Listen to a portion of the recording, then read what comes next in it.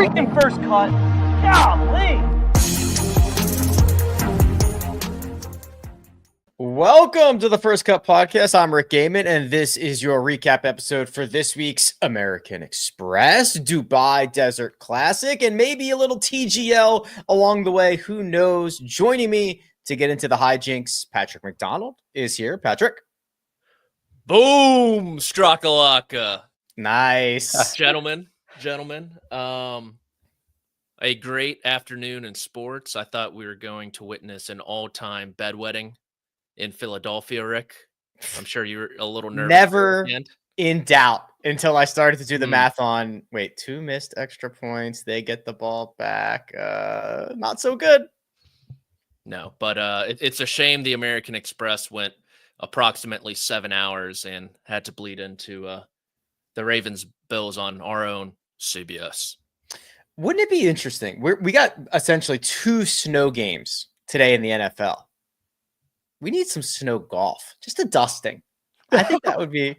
I like it. Maybe TGL is the environment for that. Just a little design it to a North Pole course. Yeah, I don't understand what the problem is. They can go anywhere in the world. That's Greg DuCharme. Hi, Greg. Boys, Sepp Straka started the day with a 4-shot lead, and I timed it 5 hours and 40 minutes later. He's the winner. About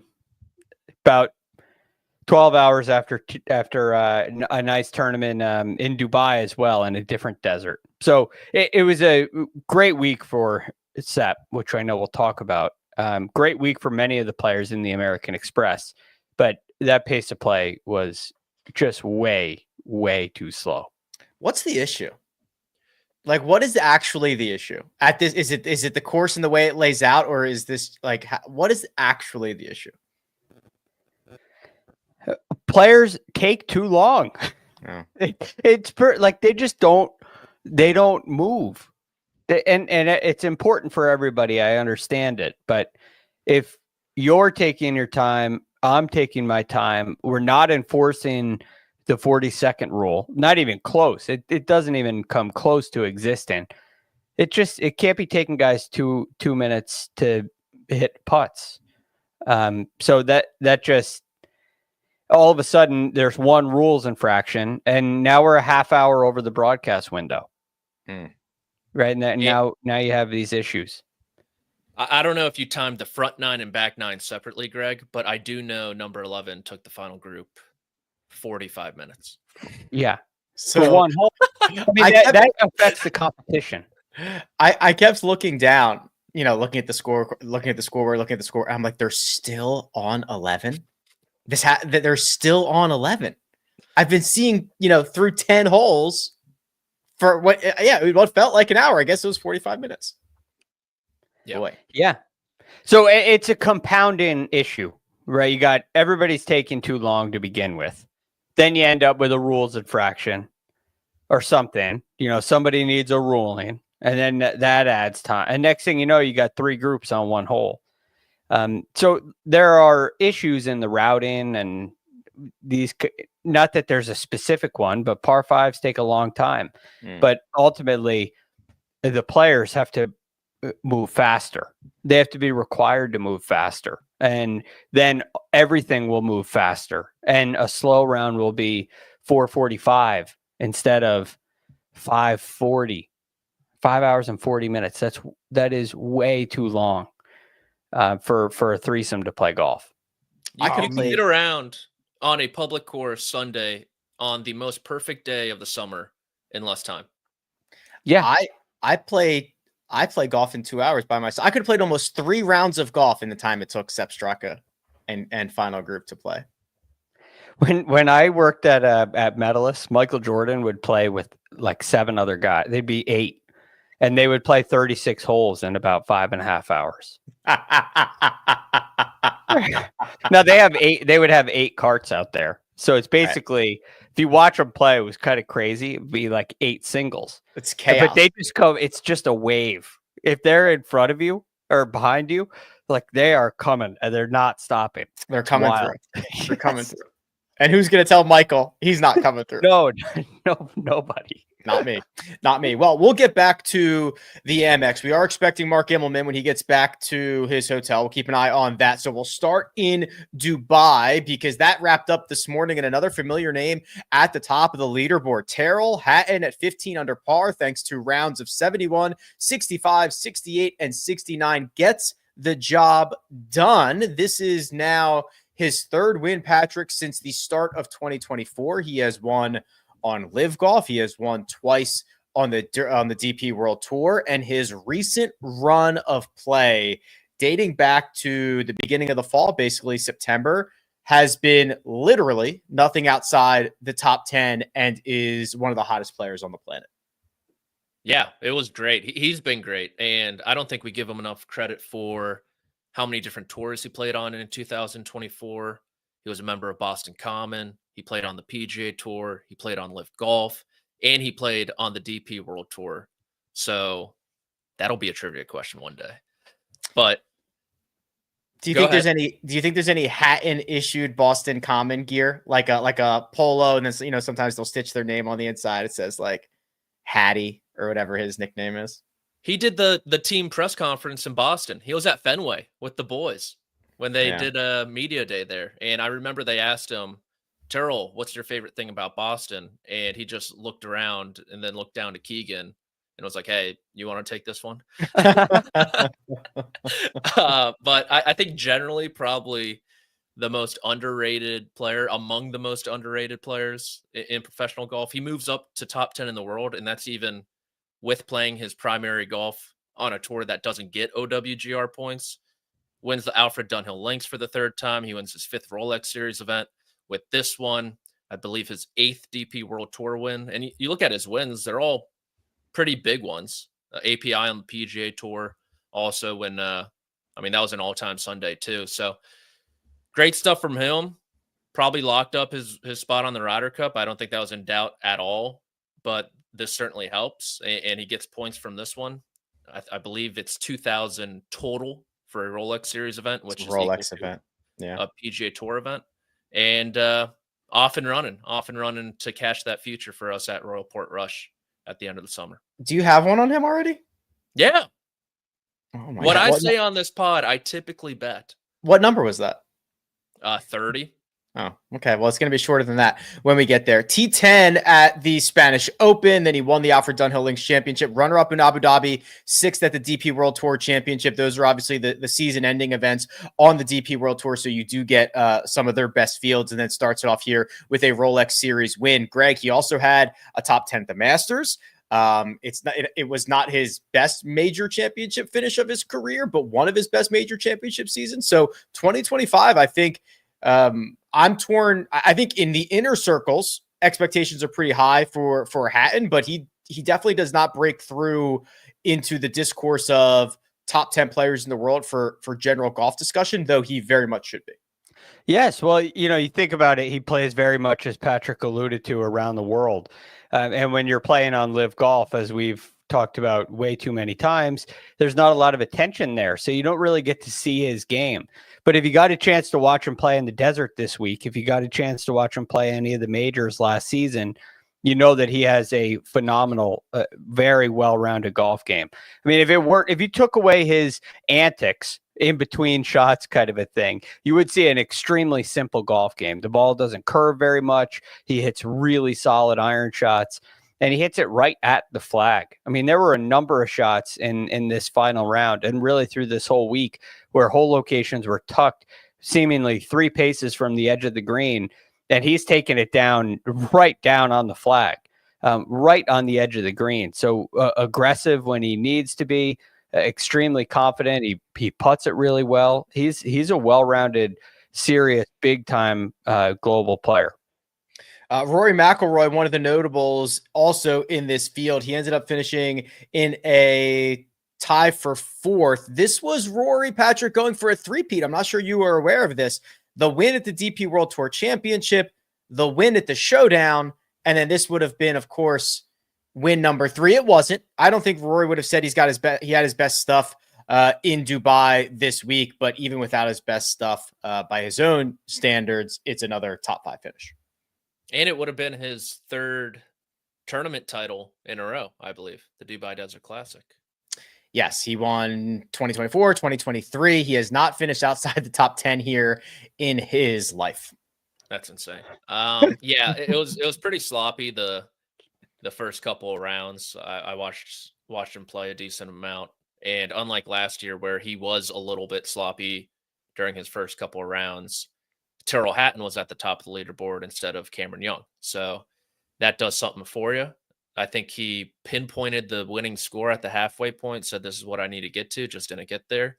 But a good start to his DP World Tour season, and they're off and running. I just can't wait until we get Hatton and Rahm together in New York at Bethpage Black. I cannot wait for that duo and the New Yorkers. It's going to be actually very sick. Other notables in this field, Greg. So I mentioned Rory T4, Patrick Reed finished in a tie for 10th. Victor Hovland struggles continue. He missed the cut this week. So we've got some global superstars going in a couple of different directions here. Yeah, this is a really strong field. John Rahm, Tyrrell Hatton's partner, apparently, according to Patrick, he missed the cut as well with the really disappointing 77 on Friday after playing some pretty good golf in the opening round. So there was a number of really good players in this field. Minwoo Lee played this week and he got off to a great start and really stumbled over the weekend. Tommy Fleetwood was here doing Tommy stuff. I think he finished in a tie for 21st, if I'm not mistaken. You're right. Yeah, tie for 21st. So he had a tough Saturday round, 74 on Saturday. But other than that, pretty much Tommy being Tommy. So it was nice to see a really strong field. And I think the leaderboard, for the most part, especially with Rory's 66 on Sunday, kind of making a charge and Hatton winning, the leaderboard delivered on the strength of field that we had this week. The note on John Rahm is as follows: the 69 on Thursday, followed up by a 77 on Friday, as Greg mentioned. That was the lowest round anybody shot in the first round. That would go on to miss the cut. So it was a pretty bad second round for John Rahm. We are going to turn our attention to the Coachella Valley and the American Express. But first, we're going to take a quick break and hear a word from our partners.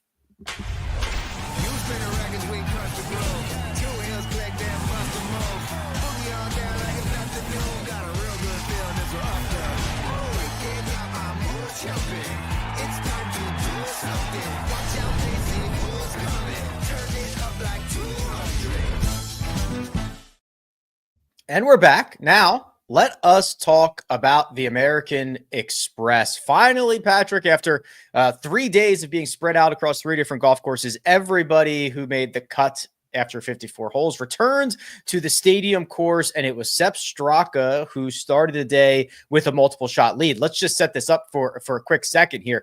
Through 54 holes, Sepp Straka was bogey free. He had that multiple shot lead. He looked pretty invincible. Maybe that's an exaggeration. He looks great going into the final round. We know anything can happen, but Straka, before the day started, obviously it's just a 2-time PGA Tour winner. Yeah, I think comparing him to last week's tournament, the Sony Open, it felt like Steven Yeager was taking BP, just trying to hit homers over the left field fence the entire final round. And this one felt like Straka was just popping him over the shortstop in the gap. Just doubles all day long, easing into second base, slight turn. And I think he did look pretty invincible for the first, 13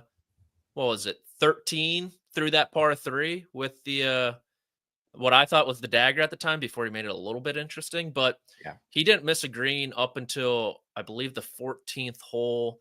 He's so accurate off the tee. He even let par 5 opportunities go by the wayside. He didn't get number 8. He didn't get number 11. I think the miss from Hoffman on 11 was big to potentially cut that one into 2, but it just felt like so in control, so easy to him up until 16, where I think back to the pace of play, Straka's a quick player, probably got to him a little bit. And shout out to William Mao, the 13. I don't know if that came across Straka's Instagram feed, going into the weekend, but that was the ultimate anti-left ball if I've ever seen one. And then from over there, it's like, do not hit it over the green now. So the bogey was pretty solid, and then it kind of got a little interesting from there. But I thought the first 14, 15 holes was as cool and collected as you could be with the final round lead. Well, the bogey on number 16, Greg, was his first of the week. That's right. That is 69 holes without 69 holes without a bogey. And he would turn in another square on 18, but you could tell that at that point, it was a little bit of prevent defense. Don't do anything stupid here. Don't do anything crazy, because he was 4 under by the time he got to the 16th tee, and he does indeed round out a victory that ends up being a 2-shot win with a final round 70. That is the third time that Sepp Straka has now won on the PGA Tour. He's building a really impressive resume, and he's performing on some really good golf courses. I know that this is a 3-course rotation, but you look at the stadium course and the difficulty of it, especially for a leader. You know, Pete Dye is not very nice when he designs golf courses, and he doesn't give you a lot of room to bail out. And Sepp Straka, for the most part, like Patrick said, didn't really bail out. Every swing looked really committed. He was picking conservative targets, but he was really striking the ball solidly. And it's something that he did all week. You know, the greens were pretty firm. There were some big bounces players were getting. And I thought that Sepp Straka all week long judged that first bounce, got that carry number right on the button more than anyone else. So his total distance control was phenomenal. And as a result, he never put himself in a tough spot. He never seemed out of position. Even if he did miss greens, which only happened 12 times for the week, he hit 60 greens on the week, which these golf courses don't have the biggest greens in the world. Really impressive mark. It was never in a really challenging spot of bother. And by the time you get to 16, 17, 18, you know, he's doing what he has to do to get the job done. So I don't look at those as assessing the quality of play. I think those are strategic bogeys, if you will, more than anything else. Strategic bogeys. I like that. And I like that we have our fourth member here. I'm getting word that we've got him. Oh, it's Mark Immelman. It is maybe Mark. Oh no. Maybe not. For those of you who are just listening at home, we tried to bring Mark in. It was a black screen. We will try to fix that and get him in as soon as possible. Patrick here. We've already got John Rahm on the Ryder Cup team. We've already got Tyrrell Hatton on the Ryder Cup team. We've already got Rory McIlroy on the Ryder Cup team. I imagine Victor Hovland will be there. Sepp Straka probably. This team's set already. It's January 19th. Just round it out and put in Rasmus instead of Nikolai, and you're good to go. Run it back with the other Højgaard brother, and we're good. Yeah, pretty much. I mean, who are the question marks? I want to see what Fitzpatrick's going to do this year. I think he's an interesting cat to circle. And Bobby Mack. Yeah. Bobby Mack, he was inside the top 20 there in Dubai, but yeah, definitely a guy to keep an eye on. And Nikolai just withdrew from the Farmers. He's not been good. Yeah. Fleetwood. Fleetwood's locked. Fleetwood, he's definitely on Fleetwood is. He could I'm kill sure a he's man already. if he'd be on He's been on this team since 2020. Yeah. His ticket, his hotel room is booked. He's good. He'll be there. Don't you worry about that. But yeah, the European squad looking strong as usual as we continue down the board. Speaking of strength coming from a past Ryder Cupper. Well, hold on. Before I get to that man, let me try to get to another man real quick. We're going to try Mark for a second time. Do we have? No, we don't. Okay. This is. I swear this is not a bit. I swear this is not a bit. Only one more strike and he's out. But this is not a bit. We've tried twice. We have not gotten him twice. Greg, Justin Thomas. How about this? Ooh. 4 rounds in the 60s, 67, 64, 68, 66, 23 under par, a solo second, 2 shots off the pace, and a lot of missed opportunities coming down the stretch. Probably nothing that we should be too surprised with. We knew he was going to give himself chances. We knew it was going to come down to the putter in an event that you have to get to literally 25 under par to get into a playoff. He gave himself a ton of them, just did not make enough birdie putts. That's really well said, Rick. And if you look at this round, I mean, I had very high expectations for Justin Thomas coming into this week, and I think he lived right. I think he lived up to him. I mean, you think about what he did. He led the field in strokes gained approach today. And there was even some talk on the broadcast that he hit a couple of weak wedge shots, which he may have on 14 and 15. But, you know, besides those two shots, he gave himself 12 birdie putts inside of 15 feet. 2 of them were 16 feet. Okay, you're talking about almost every hole he's putting for birdie from inside of 15 feet. And he just didn't capitalize enough considering his position, because he did shoot 66. That was one shot off the round of the day. Alex Smalley shot 65. He was the only one to beat JT on the stadium course today. But ultimately, when you're trailing by 4 and Sepp Straka is making 3 birdies on the front 9, and you got to run this guy down, there's these holes 3 and 4, 6 and 7. Now, if you make all those, you birdie every hole on the front 9. So I'm not saying that you have to do that, but if you could get one more of those to go, I think it was 4 was 10 feet. I want to say 7 was 5. One of them was like a 5-footer. Yeah. I think it was 7. So that's disappointing. You look at 10, he had 10 feet. 12, he had 13 feet. Maybe that's vice versa. But the point is, he gave himself a ton of looks. And that doesn't even include Saturday's round. Right? Saturday's round, he had 5 feet on 16 for birdie, and he missed. He rinsed it on 17, which is so disappointing. And I think those were 2 really important shots for him. But all in all, you're not gonna shoot 16 under par. You know, if there's a day to do it, he hit it well enough to shoot something really crazy low. But it would have required near perfection. All in all, good stuff from JT. Patrick Cantlay tried that one year, shot 60 on Sunday. Well, JT shot 61 here last year. Yeah, it's crazy. I was told this was a difficult golf course. I was just about to try one more time, and I'm being told he's frozen again. So we are directory. We are struggling to get the Mark in on the podcast, but we will continue to roll on until Josh gives me the go ahead here. Justin Thomas, Patrick, I'm looking at his recent results. I give him a little bit of credit for the Hero World Challenge, though obviously that is not a very deep field, but the runner-up at the Zozo Championship, he has been playing much better as of late.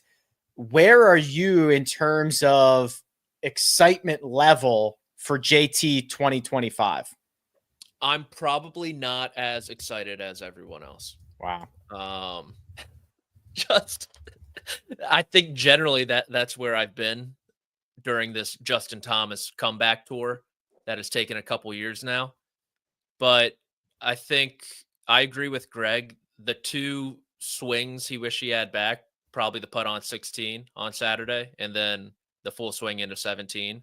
Because if you get into the final group somehow on Sunday, it's a completely different feel and a completely different ball game. And if he hits it like that alongside Sepp Straka and applies pressure, it could be a completely different outcome. My thing with JT is it seems like he struggles to piece the entirety of his game together, which is, you could look at it from both ways, right? One, he didn't really putt too great today, and he almost had the round of the day. That's ridiculous. And then yesterday, he putted phenomenally. I believe he was top 5 in the field in strokes gained putting, and he only shot 4 under. Felt like he could have squeezed more out of that. And then you look back to 2024 as a whole, and it was just a roller coaster. It was a roller coaster all the time. His ceiling is still very high, but I think his floor still needs to be raised a little bit to get over that hump, to turn that, whatever it is, 68 yesterday into a 66 instead, and potentially win. That's really the only thing. His game looks great, but it seems like sometimes all the pieces don't fall in line. You know, one other thing on that, which this is, as a JT fan, it's frustrating. The other shot in Saturday's round, he hit it in the water on 11. Yes. And I remember we had this discussion. Was it last year? Last year he hit the same exact thing. Yeah. He hit it in the water in the final round. In the final round. It was so aggravating. And it's aggravating because we're rooting for him, right? So, but I think of number 13 at Augusta. I guess 11 at the stadium course. There are like certain situations where if he just took the water out of play and laid it back to 60 yards, he would make birdie 4 out of 5 times, like a dentist recommendation on toothpaste, and only because there's so much trouble there and there's no real bailout right. And like, play to your strength. I know that's not what the stats say, the analytics, but there are just certain moments where I wonder why is Justin Thomas, one of the best players in the world, especially with an iron in his hand, why is Justin Thomas hitting it in the water here and Sepp Straka is not, for instance? What is that? These are just silly mistakes that end up costing you tournaments. So I in one instance, he's a lot closer, and I'm very happy with his performance. In another instance, is anything really different, which I think kind of goes to Patrick's point. Solo second for JT. The rest of the top 5 as follows: Justin Lauer and Jason Day tied for 3rd. Charlie Hoffman and Patrick Cantlay tied for 5th. Patrick, Mr. Cantlay has now just been surpassed in victories since 2022 by Sepp Straka. 3 for Sepp, 2 for Patrick. Okay. Feel like you could have done that for Justin Thomas too, but it's a lot easier. It's a lot easier and like more fun. I was looking at his results as he was finishing up. He hasn't finished outside the top 25 before the U.S. Open. The U.S. Open was the start of the stretch. Granted, some of those tournaments, like the Tour Championship, the Hero World Challenge, like not even 25 players in the Hero, but this was only his second top 10 during that same run. So I feel like that's just been emblematic of his play over the last year and a half. It's been good, but not necessarily great. And I think what got him today, it felt like he had a chance at the beginning of the round. Is what kind of got him in the first round at the Century. Is some of his wedge play was just not good. I think he had 115 yards on 3 and made bogey, which you can't be making a bogey with a wedge in hand in this type of tournament. So that's an easy fix. And I mean, I'm going to live and die by Cantlay. I think this guy is going to win multiple times. But then again, I have said that for the past couple seasons, and he has won a grand total of 0 times. So big TGL match. Hopefully he gets him on the right path here on Tuesday, and then he can go from there. That's what he needs. Just a little bit of a spark. I'm sure he'll find that in Palm Beach. We will hit the bets, but I'm just kind of looking through the leaderboard here. Greg, Nick Taylor's Saturday 73. We'll probably rue that because he had rounds of 65, 66, and 67. And the 65 and the 67 were at the stadium course. Like that should have been the recipe for him to finish better than T12, but all things considered, a near perfect start to 2025 for Nick Taylor. Yes. Really, really good stuff from him. And you just can't afford a day like that. You cannot afford a day like that in this tournament. I was talking with Mark on Friday about this, and he and Sepp heading into the 3rd round, Nicholas tournament for Taylor, La Quinta for Sepp, we thought that was going to be a really big advantage. I did not see a 73 coming from Nick Taylor, but all in all, I think it's a very strong sign that he's still able to finish. Would he finish inside the top 10 here? Tied 12th. 12th. One shot out of the top 10. Still able to put together an 18 under tournament score. It's a sign that his ball striking and his putting are coming together much more than they were last year. The guys who did not make Sunday, I can't say the weekend because they did play on Saturday, 54 hole cut. Patrick, tell me which one you're most concerned about. Tony Finau, 7 under par, 69, 66, 74. The cut line was 9 under. Sung J M, 6 under, 77, 65, 68. Or Cameron Young's 69, 74, 75, 2 over. I'm going to say Tony Finau. Coming off the knee injury, not 100% yet. Who knows what that looks like if he gets to 100%, right? Knee injuries aren't easy or fun to get over. So I'm going to say Finau. Sung Jae's at the bottom of that list. That was such a stink fest. Fluke. Oh my gosh, that was horrible. It looked like one of the AMs, one of the Cisco CEOs or something out there. Hey, now. But we know what Sung Jae is at this point. He's a perpetual T7 type of guy, and he'll get back there soon enough. Greg, any of those concern you more than others, or is there anybody that I missed? I'm trying to see who else missed the cut. Those are the 3 big names that I noticed. Wyndham Clark, Tom Clark. Kim. Tom Kim. Oh my goodness, my apologies. Yeah, a couple other big names who were not around for the final round. I will say this tournament, it's very good players can miss the cut here. The cut was 9 under. That's right. Through 3 rounds. So you could play some pretty good golf and miss the cut. You cannot afford, you don't get a restart, right? You don't, and Sung J.M. wishes more than anybody he could have a restart. He could have been in contention if he just got to replay that first round. So I would say Cameron Young is the biggest concern there. 2 rounds that are over par out of the 3. That's very concerning. And it's not because you missed the cut. It's 74 and 75. Well, that means at least one of those, I don't have it in front of me, but one of those is like 5 or 6 shots over the scoring average for the day, let alone the low round. More than that. Hold on. So a 75 at La Quinta on Saturday, it might be like 7 shots worse than the field average. The field average. Yeah. Okay. Now I am expecting Cameron Young to beat the average on the PGA Tour. Yeah. So that's a little concerning to me for a guy that we're hoping is going to come out and win at some point this year. He's probably hoping to be in New York, not far from where he grew up on that Ryder Cup team, and something's going to have to change. Yeah. His results and his play and maybe even his attitude. No, I don't know. Seems like a nice enough guy. All right. We are going to recap our wagers for the week, which had some green. Ooh, yeah. Okay. Patrick did very well. I know you're hot. 2025 is your year, bud. Before we flash this, could I tell you guys something about this? Yeah, please.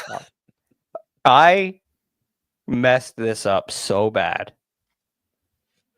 I messed it up so bad. On Monday on our DFS show, I'm all over Sepp Straka and Justin Thomas. Yeah. And I play in a PGA Tour app fantasy league with some friends I went to high school with. I had Sepp Straka and Justin Thomas rostered. I do on the radio in the mornings, we do a little thing where we get to pick 2 guys, a long shot and a sure shot, we call it. I had Justin Thomas and Sepp Straka. Oh, that's good. That's going to be good on the Monday show, Greg. Now you look at this betting card and you are going to see a completely different story. I can't believe I messed this up so bad. That is the tease of a lifetime. We are going to hit this betting sheet right after a quick word from our partners.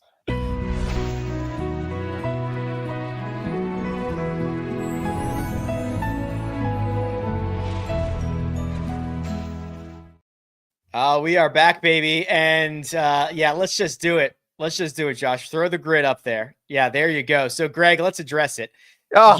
You did. I mean, Wrong. You stuck to the plan a little bit in the outright department because you did take Justin Thomas in one of your outright spots. He finished as second. Obviously, you get nothing for that.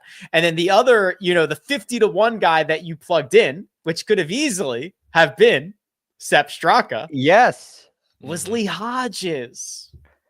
Who made the cut. I'm still very high on him, but Where's Sepp? I don't see him anywhere. I feel like the Gary Player meme. Where's Sepp Straka? He's not here. Adam Hadwin, top 30, miscut. Mm-hmm. Harry Hall didn't have a bad week. Ben Griffin's holing out for he's topping it and then holing out for birdie.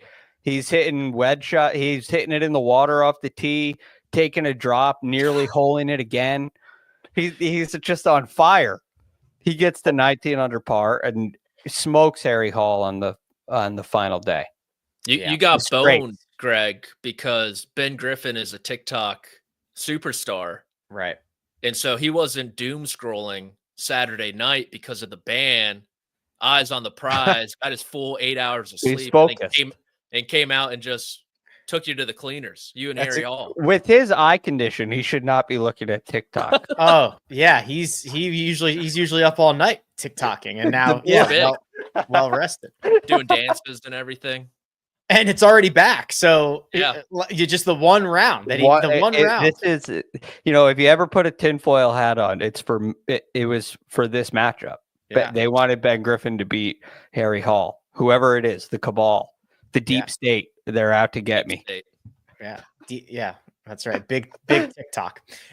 Let's get a little bit of green on the board here. Sam Burns did beat Tony Finau. That was my matchup. Despite Chris Ventura making an ace on Sunday and moving inside the top 40 with said ace, he did not finish there because he made a couple of bogeys late and only finished at 1 under par for the day. Rory McIlroy did not win in Dubai. Harry Hall did not win at the American Express, so that was my board. Mark got a green check mark for Grazerman over Davis Thompson and Mark Hubbard to be inside the top 40, but he had Patrick Cantlay and Nico Echeverria to win. And Patrick continues his hot run into 2025 with an LAGC over Jupe Links victory. Easiest win of the year, second easiest. I think the easier one was Colin Morikawa to go closest to the pin over Kevin Kisner. Kisner didn't come within 30 yards of the green on a simulated par 3. So two TGL victories got you off to a great start this week. Yeah, I believe he laid up, maybe hit a couple inches behind the golf ball. Oh man, as well on 175-yard par 3. And then I was just feeling I was riding the Kisner lows from Tuesday night, and I was shocked to see him in the field for this tournament. I went on HQ. They wanted a first-round bet. I gave him Zach Johnson minus 190 in a matchup over Kevin Kisner. The producer was like, "What is this? Are you sure you want to give this out?" I'm like, "Oh yeah." It won. It only won by like one stroke. Kisner 190 in a matchup, dude. ZJ's looking for that Ryder Cup team. Oh, do you know what ZJ would have to do to get a Keegan Bradley captain selection? That is like all four majors scenario. Somehow Zach Johnson is on Keegan Bradley's Ryder Cup team. Oh my God. Could you imagine if Zach Johnson finished 7th in the Ryder Cup points and Keegan left him off? Oh, no call. Just no call. No call, no show. We did good. I got Tyrrell Hatton, House Yes. Tyrrell, 10-1. Yes. And then kind of following in the footsteps of Greg here, I write a preview article every week for CBSSports.com. My long shot, Sepp Straka. Go on HQ. I give out winners like Zach Johnson minus 190 over Kevin Kisner. My long shot, Sepp Straka. I'm on sportsline.com behind a paywall, mind you. I don't think I'm getting any kickback from that. Yeah, you got to negotiate that. One of my picks, Sepp Straka. And I had a perfect grid on the line here. and I choose Sam effing Burns instead. Wrong. Well, Mark did make it. Well, the good news, the quote, good news, Patrick, is that you would not have had a perfect grid because Emma Navarro, here I am. I don't even know what time it is in America. I don't know what time it is in Australia. I'm seeking out this Emma Navarro Jinyu Wang match so that I can see if Patrick is going to hit another winner Emma wins the first set. I'm like, oh, baby, let's go. This is no problem here. Falls in the second set, but she does advance. Yeah, a little disappointing. Bad handicap on my end. The match prior was, I believe, the longest by an American woman in like Australian Open history. So legs probably weren't there entirely, but we're rooting on Rick. If you want a youngster to look for in American tennis, Alex Mickelson. Oh, is this who you were telling me about? Yeah, I watched him in Delray last year. He's got a potential chance to meet Yannick Sinner in the quarterfinals here tonight. Right? Is that tonight? He's got to win tonight. Okay, that's who I was confused for, because I think when we were talking about that, he was like 19 years old or something, and I thought when I saw Emma Navarro that she was 19. She's 23. She won her next match too, so she is moving on to the fourth round. Yeah, she's from Charleston. Her dad owns like everything in town. Like she's jacked. All the buildings. Yeah, dude. We're just like breeding athletes. Like everyone is gonna look like LeBron James in like 20. Like every athlete in every sport is just. I don't know how anybody goes pro anymore. They're all too good. Everyone's jacked, and then you have golfers pulling out of real golf tournaments because of a simulator league. Oh man, you hate to see it. Yeah, you hate to see it. Alex Fitzpatrick did not finish inside the top 20 in Dubai. Eric Cole did not finish inside the top 20 at the American Express. Brian Harman did not beat Cam Young and Davis Thompson. So for all of the sore shoulders of us patting ourselves on the back, we were 0 for 4 on the bonus bets. But we can end this show on a positive note. Positive note. Does anybody have a positive note they want to talk about? Yeah, I got one. Sure. Shout out to Taylor Moore, 72 holes, bogey free. Yes. Did not win, finished 19 under, tied 7th, 72 holes without a bogey. That's sick. He is too good to have had the year that he had last year. I tend to agree. What were you going to say, Patrick? What was I going to say? Do we have a problem with TGL? With what's going on with these guys? Well, hold on a second. Do we have is Xander hurt? Medical situation? A medical situation to withdraw from the Amex, and then he WDs from his hometown event. And he's out of TGL as well. So are we hurt here? What's the medical? What I read is a medical situation. That does not sound like an injury to me. You think it sounds like he had his appendix removed? Yes, that would be a medical situation. Something where you have to go to like a medical situation.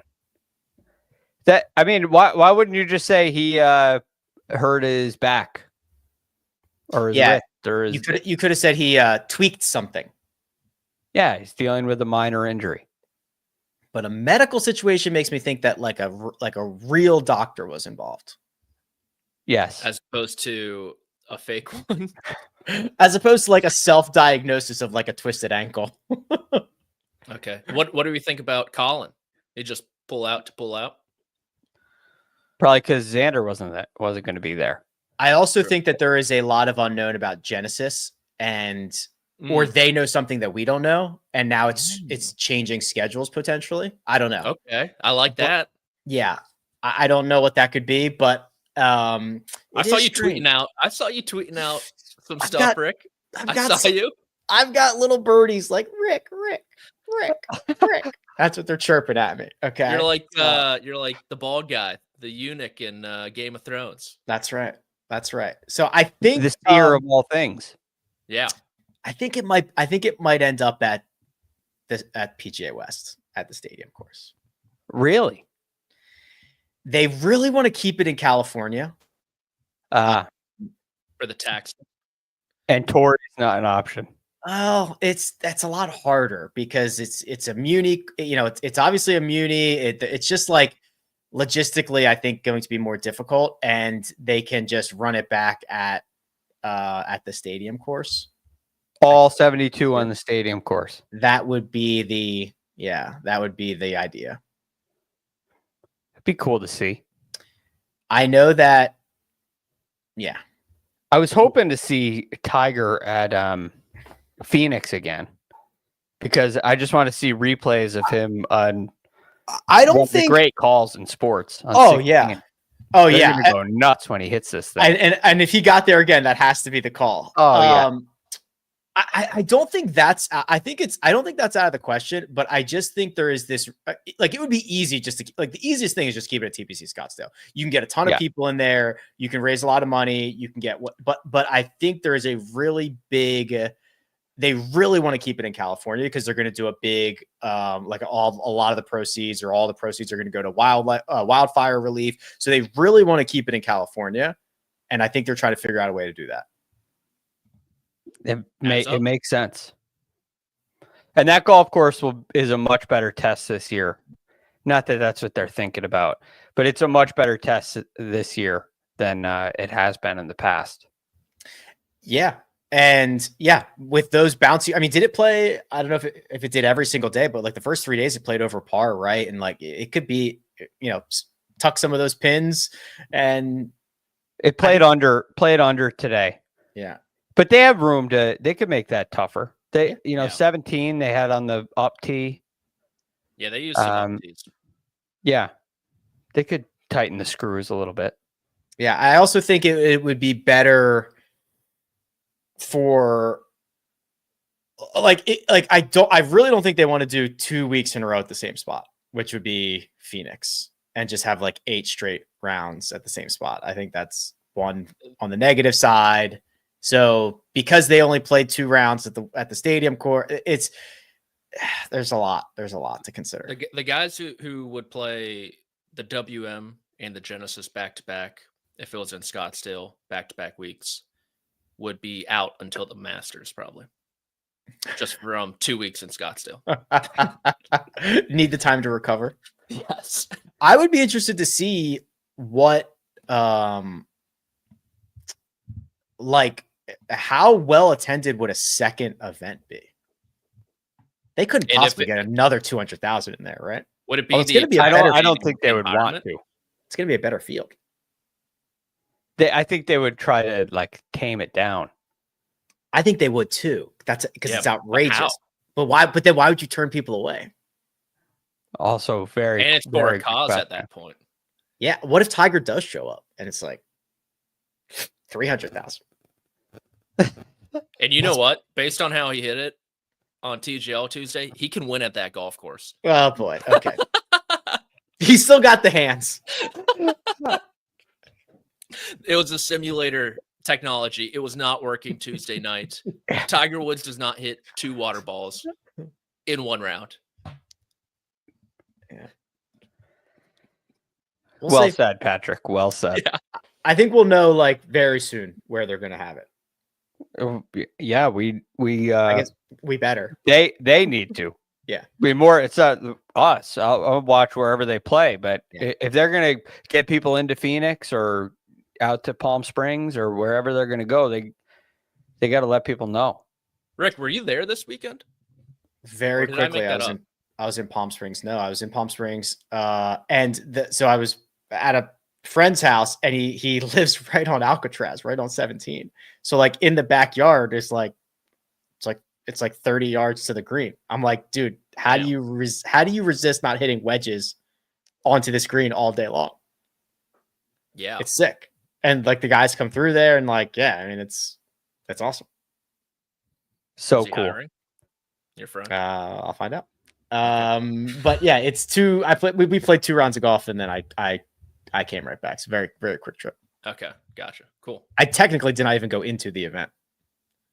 Oh, but I saw it from. And you got the scoop. The residence.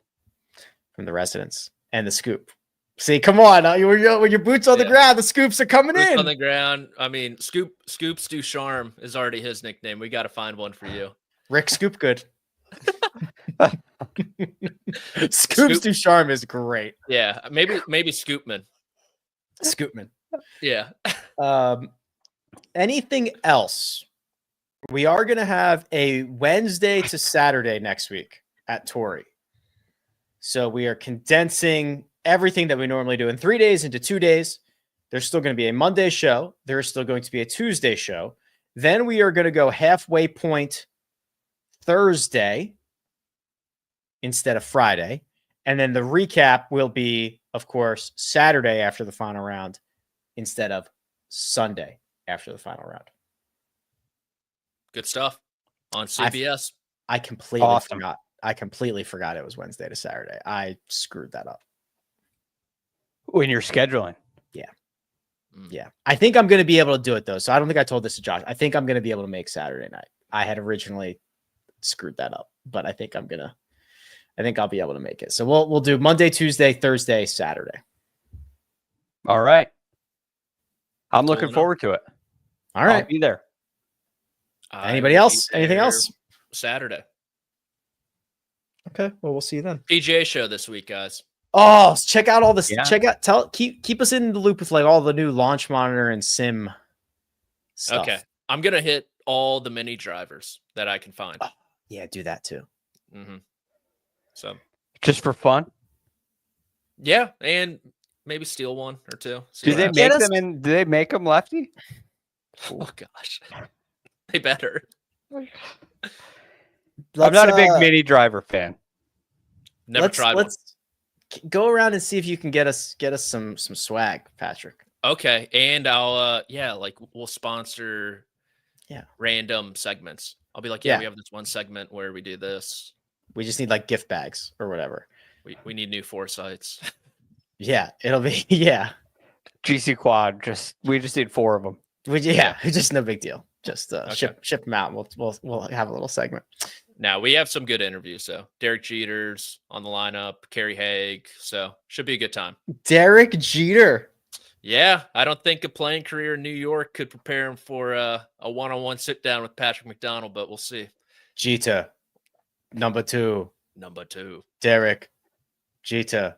Are you going to ask him about the Wagoneer commercial?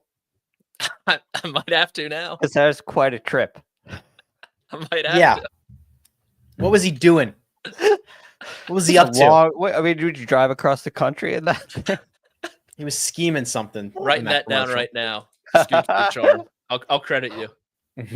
No, do not credit me. Yeah, my friend. Yeah, the one thing I do not want to be credited on this. So my friend Scoops DuCharme was wondering.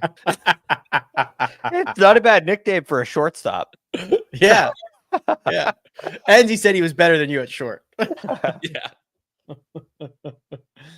All right, boys. Absolute pleasure. We will do it all again starting on Monday. Greg and I will do the DFS show. So big thanks to producer Josh. He does all the hard work behind the scenes. That right there is Scoops DuCharme. You can find him at the real GFD, Patrick McDonald at P McDonald CBS, and you can find me at Rick Run Good. This has been The First Cut. We'll catch you next time.